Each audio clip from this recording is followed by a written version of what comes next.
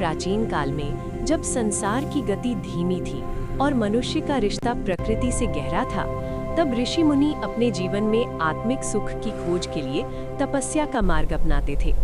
उनके लिए सुख का अर्थ भौतिक साधनों की भरमार नहीं था, बल्कि मन की शांति, आत्मा की तृप्ति और परम सत्य की अनुभूति था। वे जानते थे कि बाहरी दुनिया में मिलने वाला सुख क्षणिक है, पर भीतर से उपजा आनंद शाश्वत होता है। ऋषि मुनि प्रायः वन, पर्वत, नदी तट या आश्रमों में निवास करते थे। वहाँ का सादा जीवन, सीमित आवश्यकताएं और प्रकृति का सानिध्य उनके मन को शांत करता था।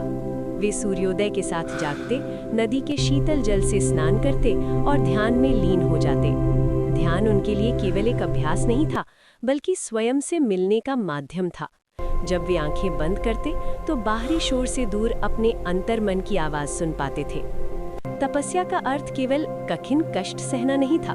तपस्या का वास्तविक अर्थ था इंद्रियों पर संयम, इच्छाओं पर नियंत्रण और मन को स्थिर करना। ऋषि मुनि कम खाते थे, पर जागरूकता के साथ खाते थे। वे जो भी करते पूरे होश के साथ करते। यही जागरूकता धीरे धीरे उनके भीतर एक अद्भुत शांति भर देती थी।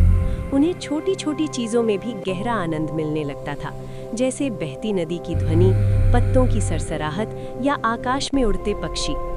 आत्मिक सुख पाने के लिए उन्होंने मौन का भी सहारा लिया। मौन उनके लिए खालीपन नहीं था, बल्कि गहराई थी। जब शब्द शांत होते, तब विचारों की भीड़ छटने लगती। उस मौन में वे अपने भीतर छिपे सत्य को महसूस करते।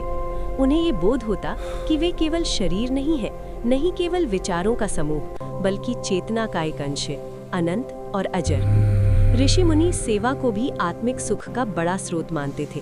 वे आश्रम में आने वाले शिष्यों, यात्रियों और जरूरतमंदों की सहायता करते। किसी को ज्ञान देना, किसी को भोजन कराना या किसी को मार्गदर्शन देना, इन सब में उन्हें आत्मिक तृप्ति मिलती थी।